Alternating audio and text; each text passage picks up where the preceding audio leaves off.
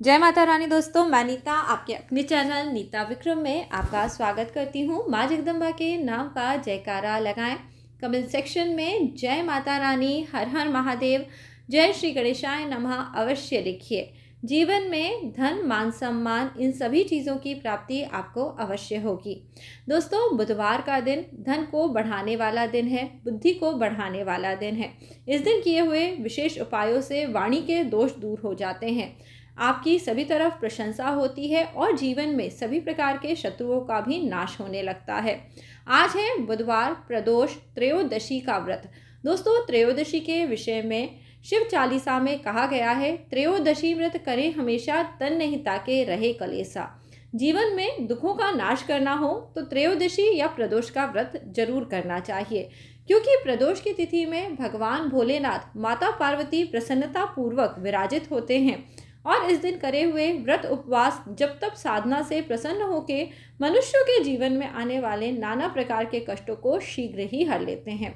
आपकी जैसी भी मनोकामना होती है, जब आप कोई कामना के साथ व्रत रखते हैं तो वो मनोकामना फलीभूत होती है और उसी के अनुरूप आपको फल की प्राप्ति होती है। आज मैं आपको गौ माता को एक विशेष चीज़ खिलाने के लिए बताने वाली हूँ। बुधवार, प्रदोष, त्रयोदशी के दिन पे जो लोग व्रत नहीं भी कर रहे, उनके जीवन में भी धन, धान्य, सुख, सौभाग्य की वृद्धि होने वाली है, क्योंकि दोस्तों महाशिवरात्रि आ रहा है। महाशिवरात्रि का त्यौहार बस अगले ही दिन है। त्रयोदशी व्रत के अगले दिन चतुर्दशी की रात्रि में हम सब भोले बाबा और माँ पार्वती का पूजन करेंगे और नाना प्रकार से भोले बाबा से अपनी इच्छाओं को मनवा लेंगे। तो जल्दी से दोस्तों, नीता विक्रम चैनल पे यदि आज आप पहली बार आए हैं तो चैनल ज़रूर सब्सक्राइब करें। वीडियो के नीचे बने हुए लाल रंग के सब्सक्राइब के बटन को प्रेस करिए और बाजू में बनी हुई घंटी के आइकन को प्रेस करिए। इससे आपको व्रत, त्योहार, पूजा पाठ के संबंध में सभी जानकारी निःशुल्क प्राप्त होंगी और महाशिवरात्रि के विशेष उपाय भी आपके लिए जल्दी आने वाले हैं, तो चैनल पर बने रहिए। आज हम बात कर रहे हैं प्रदोष और त्रयोदशी के विषय में। बुधवार के दिन पे यह व्रत आया है। इस दिन आपको सुबह सुबह जल्दी उठना है और स्नान करने के पश्चात सभी को सूर्य देव को जल अवश्य देना है। सूर्य देव को जल दें और अपना पूजा पाठ ज़रूर करें। दोस्तों, प्रदोष की जो मुख्य पूजा होती है वह शाम के समय होती है, इसलिए सुबह के समय भोले बाबा को जल से स्नान कराएं। यदि आपके पास शिव जी की पिंडी है तो उसे भी स्नान कराएं। भगवान का सुंदर साज श्रृंगार जरूर करना चाहिए। भोलेनाथ का साज श्रृंगार सबसे अलग है। जो फूल चढ़ाए जाते हैं वो भी अलग अलग होते हैं और जो श्रृंगार होता है वह भी अलग होता है। सफ़ेद रंग का चंदन होता है, सफ़ेद ही चावल होते हैं, सफ़ेद ही फूल होते हैं, इसलिए भगवान को चंद्रमा अति प्रिय है। इसलिए इस दिन पे चंद्रदेव का दर्शन करने से आपकी इच्छाएं पूरी होने लगती हैं। वैसे भी आप अपने जीवन में यदि भगवान से किसी भी प्रकार का आशीर्वाद प्राप्त करना चाहते हैं तो सफ़ेद रंग आपके जीवन की बड़ी बड़ी दुख तकलीफ़ों को दूर कर देता है, क्योंकि सफ़ेद रंग में किसी और रंग का मिश्रण नहीं होता। यह आपके जीवन को सुख देता है और सौभाग्य देता है। इसलिए इस दिन पे हल्के रंग के वस्त्र धारण करें। ओम नमः शिवाय, ओम नमः शिवाय का जाप करते हुए पूजन कर लें। वैसे दोस्तों, ओम नमः शिवाय अपने आप में जागृत मंत्र है, इसलिए हमेशा ओम नमः शिवाय का जाप ऐसे ही नहीं करना चाहिए। जब आप पूजन अर्चन करें सबसे पहले नमः शिवाय बोलें, पर जब आप साधना करें तब आपको ओम नमः शिवाय बोलना चाहिए। यानी अच्छे से बैठ जाएं, आलती पालती मार के। सफ़ेद रंग का आसन हो तो बहुत अच्छी बात है, वरना पीले रंग के आसन का भी प्रयोग कर सकते हैं। और भगवान भोलेनाथ को प्रसन्न करने के लिए जब तब साधना करें। बहुत ही अच्छी सी कोई मिठाई का नैवेद्य चढ़ा दें। भगवान भोलेनाथ को प्रसाद में ड्राई फ्रूट चढ़ाए जाते हैं। दोस्तों, भगवान भोलेनाथ पहाड़ों के वासी हैं। पहाड़ों पे कोई भी चीज़ बहुत आसानी से नहीं मिलती और ड्राई फ्रूट एक ऐसी चीज़ है जिन्हें लंबे समय तक हम रख सकते हैं। तो भोलेनाथ के पूजन में उन्हें ड्राई फ्रूट्स का भोग लगाएं। नारियल में भी जो सूखा हुआ नारियल होता है उसका भोग लगाना चाहिए। यदि आप साबुत नारियल चढ़ाते हैं तो वो भी चढ़ा सकते हैं। भोलेनाथ शिव शंकर को जो भी मौसमी फल होते हैं वह सभी चढ़ाए जाते हैं। जो भी आप खाने पीने की चीज़ें भोलेनाथ को प्रसाद में चढ़ाते हैं उनका कुछ हिस्सा आपको दान स्वरूप अवश्य बांटना चाहिए, क्योंकि भोलेनाथ को पशुपति नाथ कहा गया है। इस दिन त्रयोदशी के दिन पे मैं आपको गौ माता को खिलाने के लिए एक विशेष चीज़ बता रही हूँ जो आपको अवश्य खिलानी है, क्योंकि गौ माता गौ वंश से हैं और भगवान भोलेनाथ का वाहन नंदी है। जो कि खुद गोवंश के हैं। इसलिए यदि आप चाहते हैं कि भगवान भोलेनाथ के सेनापति, जिन्हें हम नंदी जी कहते हैं, वो आपकी रक्षा स्वयं करें, आपके कष्टों को स्वयं सवार दें, आपके जीवन में नई बहार दें, तो आपको गौ माता को एक छोटी सी चीज़ खिलानी है। ये छोटी सी चीज़ है हरे रंग का चारा।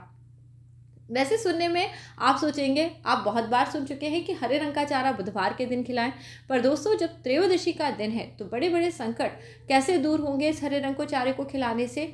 हरे रंग को जब आप देखते हैं तो आपके जीवन में धन बढ़ जाता है। जी हाँ दोस्तों, एक बहुत ही अद्भुत चीज़ है। जो लोग सुबह उठने के बाद अपने घर के उत्तर दिशा में हरे रंग का दर्शन करते हैं, उनके जीवन में धन बढ़ता जाता है। प्रदोष और त्रयोदशी के दिन पे अपने हाथ से हरा चारा, चाहे वह हरी पालक की एक गड्डी ही क्यों ना हो, उसे ले जाके गौ माता को खिलाएं और उसके बाद गौ माता के शरीर के पीछे के हिस्सों को आप छू के आ जाएं। देखिएगा आपके साथ माँ लक्ष्मी आपके पीछे पीछे दौड़ी चली आएंगी। आपको बुद्धि आएगी, ज्ञान मिलेगा, जिससे आपके जीवन में आपकी तरक्की होने लगेगी। दोस्तों आपके जीवन में हर कार्य ईश्वर की इच्छा से ही होता है। जिनका बुध ग्रह उन्हें अशुभ फल देता है, उनकी बुद्धि कभी अच्छे से कार्य नहीं करती, नाना प्रकार के वाणी दोष होते हैं।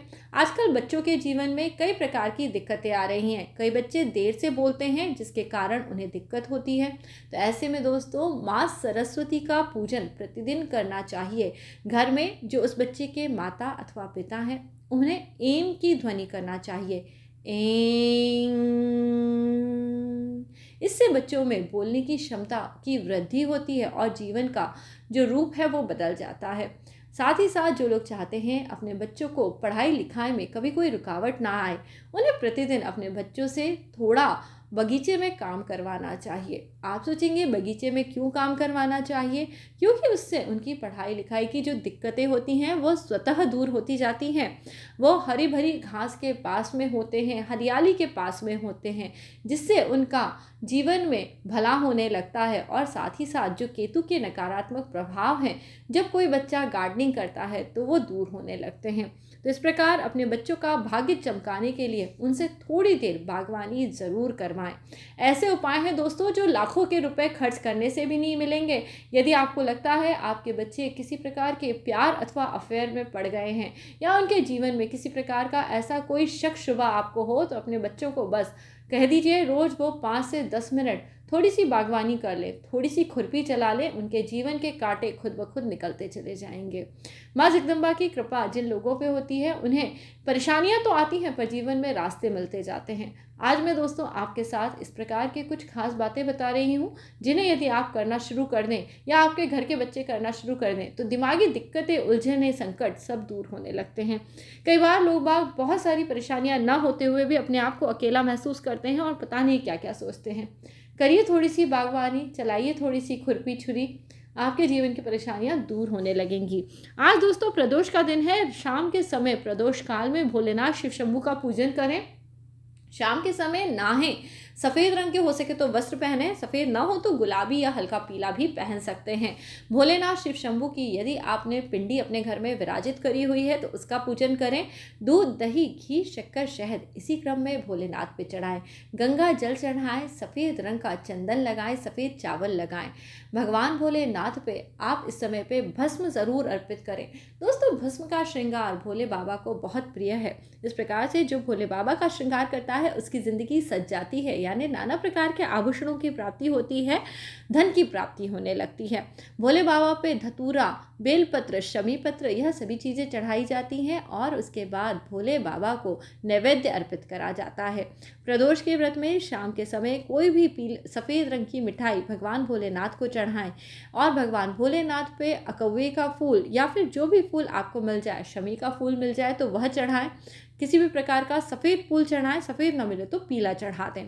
भगवान भोलेनाथ कभी भी अपने भक्तों से गुस्सा नहीं होते, इसलिए ये सोचिए बाबा और माँ हमसे अति प्यार करते हैं। यदि हम उनका सेवा करते हैं और उनका आशीर्वाद लेते हैं तो जीवन के बड़े बड़े कष्ट दूर हो जाएंगे। इस प्रकार से विचार करते हुए बाबा का बहुत ही भक्ति के साथ पूजन करें। प्रेम के साथ बाबा के पास अपनी सारी कहानी आप कह दें जिस पे शिव की कृपा हो जाती है उसके जीवन में मृत्यु तक की कष्ट नहीं आते। दोस्तों, मृत्यु भी शिव को देख के भाग जाती है। शिव संहार है, शिव उत्पत्ति के कारक है, शिव ज्ञान है, शिव मोक्षमय है। शिव जी के बारे में जितना कहूँ उतना कम है। भक्ति के साथ भोलेनाथ का पूजन करें। शाम के समय बुद्ध प्रदोष एक त्रयोदशी व्रत की कथा सुने। कई बार मैंने आपको ये कथा सुनाई है। अगर अभी वीडियो के एंड में टाइम बचता है तो मैं आपको ये कथा ज़रूर सुना दूंगी। और साथ ही साथ आप रात के समय भगवान भोलेनाथ शिव शंभू की आरती करें।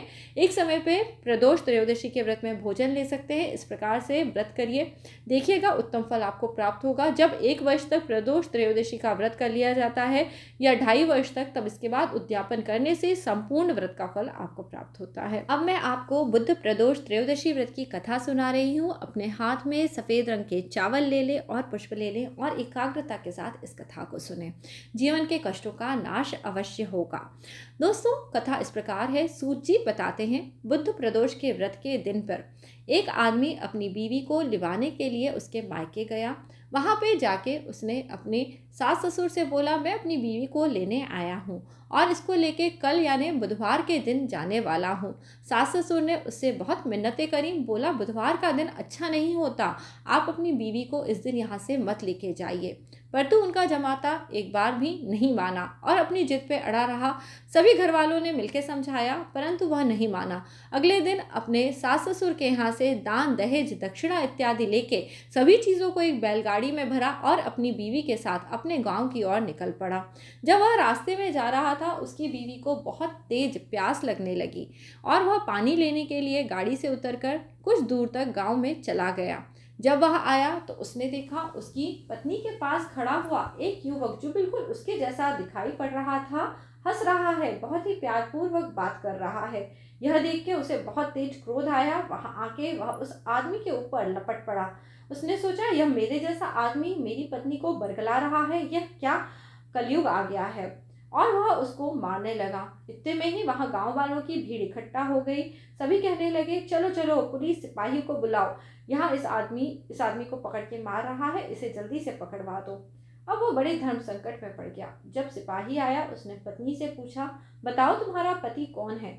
वो बड़े अचंभे से दोनों आदमियों को देख रही थी, क्योंकि दोनों आदमी शिवजी की लीला के कारण एकदम एक जैसे दिखाई दे रहे थे। उस व्यक्ति को अपनी गलती का बोध हो गया। अब मन ही मन पछताते हुए उसने शिवजी से प्रार्थना करी, हे प्रभु, हे भोलेनाथ, मुझे क्षमा कर दें, मैंने बहुत बड़ा पाप करा है। बुधवार के दिन पे अपनी स्त्री को लिवा लाया हूँ, कभी भी अपने पूरे जीवन में अब इस प्रकार का दुष्कर्म मैं नहीं करूँगा। और इस प्रकार से जैसे ही उसने प्रार्थना करी, वह दूसरा व्यक्ति वहां से अंतर्ध्यान हो गया और सभी लोग देखते रह गए। अब उनको पता पड़ गया था कि असली मनुष्य कौन है।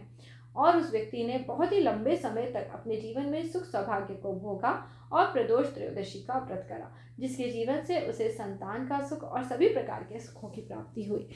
पूरी कहानी का असली मर्म और असली अर्थ यह है, बुधवार का दिन एक खरवार होता है। जब भी हम कोई कार्य करते हैं उसे शिव कृपा से मुहूर्त देख के यदि हम अच्छे भाव के साथ करते हैं तो हमें उसके अच्छे फल प्राप्त होते हैं। जब आपके घर के बड़े बूढ़े या आपके घर के लोग आपको कोई बात समझाएं, कोई नसीहत दें, 2 मिनट शांति से उस बात को सुन लें, अपने मन में उस बात की विवेचना कर दें, जिससे कि आप अच्छे डिसीजन लें और अपने जीवन में तरक्की करें। जो मनुष्य इस व्यवहार को नहीं अपनाते अपने जीवन में नाना प्रकार के कष्टों को भोगते हैं और फिर उनके जीवन में शिवजी भी उन पर कृपा नहीं करते। तो जिनको भी शिवजी की कृपा चाहिए वो हर हर महादेव ज़रूर बोलेंगे और कमेंट सेक्शन में लिखेंगे। अगला वीडियो लेके जल्दी ही मिल रही हूँ, तो कमेंट सेक्शन में मुझसे जुड़े रहिए या वीडियो को लाइक करके मुझसे जुड़े रहिए, सब्सक्राइब करिए। इसी प्रकार के अनमोल वीडियो देखते रहने के लिए जय माता रानी। आप सबका बहुत धन्यवाद नीता विक्रम चैनल पे मुझसे जुड़े रहने के लिए।